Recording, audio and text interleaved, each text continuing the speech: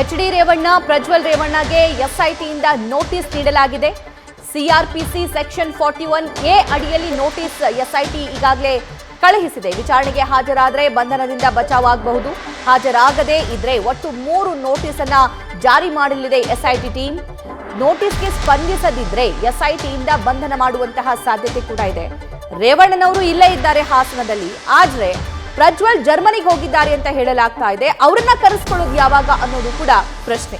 ಮತ್ತಷ್ಟು ಡೀಟೇಲ್ಸ್ ನಮ್ಮ ಪ್ರತಿನಿಧಿ ಚಂದ್ರು ನೀಡ್ತಾರೆ. ಚಂದ್ರಶೇಖರ್, ಈ ಪ್ರಕರಣಕ್ಕೆ ಸಂಬಂಧಪಟ್ಟಂತೆ ಈಗಾಗಲೇ ನೋಟಿಸ್ ಇವರಿಬ್ಬರಿಗೂ ಕೂಡ ಹೋಗಿದೆ.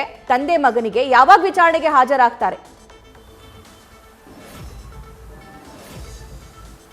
ಖಂಡಿತವಾಗಿಯೂ ಸಭಾ ಏನು ಈ ಒಂದು ಪ್ರಕರಣಕ್ಕೆ ಸಂಬಂಧಪಟ್ಟಂತೆ ಈಗಾಗಲೇ ಎಫ್ಐಆರ್ ಏನು ದಾಖಲಾಗಿದೆ. ಈ ಎಫ್ಐಆರ್ ಅಲ್ಲಿ ಈಗಾಗಲೇ 354A 354D ಜೊತೆಗೆ 509 506 ಏನು ಅಡಿಯಲ್ಲಿ ಒಂದು ಪ್ರಕರಣ ದಾಖಲಾಗಿದೆ. ಈ ಹಿನ್ನೆಲೆಯಲ್ಲಿ ಏಕಾಏಕಿ ಬಂಧನ ಮಾಡಲಿಕ್ಕೆ ಬರೋದಿಲ್ಲ. ಈ ಹಿನ್ನೆಲೆಯಲ್ಲಿ ಎಲ್ಲೊಂದು ಕಡೆ 41A CRPC ಪ್ರಕಾರ ಒಂದು 3 ನೋಟಿಸ್ ಅನ್ನ ಕೊಡಬೇಕಾಗತ್ತೆ.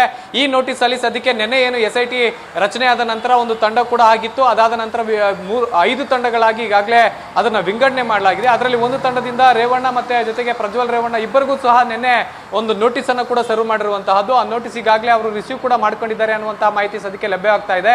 ಹೀಗಾಗಿ ಎಲ್ಲೊಂದ್ ಕಡೆ ಇವತ್ತು 24 ಗಂಟೆ ಒಳಗಡೆ ಹಾಜರಾಗಬೇಕು ಅನ್ನುವಂತಹದ್ದು ಸ್ಪಷ್ಟವಾಗಿ ಆ ಒಂದು ನೋಟಿಸ್ ನಲ್ಲಿ ಇದೆ ಅನ್ನುವಂತಹದ್ದು ಕೂಡ ಸದ್ಯಕ್ಕೆ ಹೇಳಿರುವಂತಹದ್ದು. ಆದ್ರೆ ಎಲ್ಲೊಂದ್ ಕಡೆ ಈಗ ಅವರು ಮೇಲ್ನೋಟಕ್ಕೆ ಹಾಜರಾಗೋದು ಡೌಟ್ ಅಂತ ಹೇಳಲಾಗ್ತಾ ಇದೆ. ಹೀಗಾಗಿ ಕಾನೂನು ಸಲಹೆ ಪಡ್ಕೊಂಡು ಅವರ ಲಾಯರ್ನ ಏನಾದ್ರು ಕಳಿಸ್ತಾರ ಅನ್ನೋದನ್ನ ಕಾದ್ ನೋಡ್ಬೇಕಾಗುತ್ತೆ. ಅದಾದ ನಂತರ ಮುಂದಿನ ನೋಟಿಸ್ ಕೂಡ ನೀಡಿ ಅದಾದ ನಂತರ 9 ದಿನಗಳ ಕಾಲ ಟೈಮ್ ಕೊಡ್ತಾರೆ.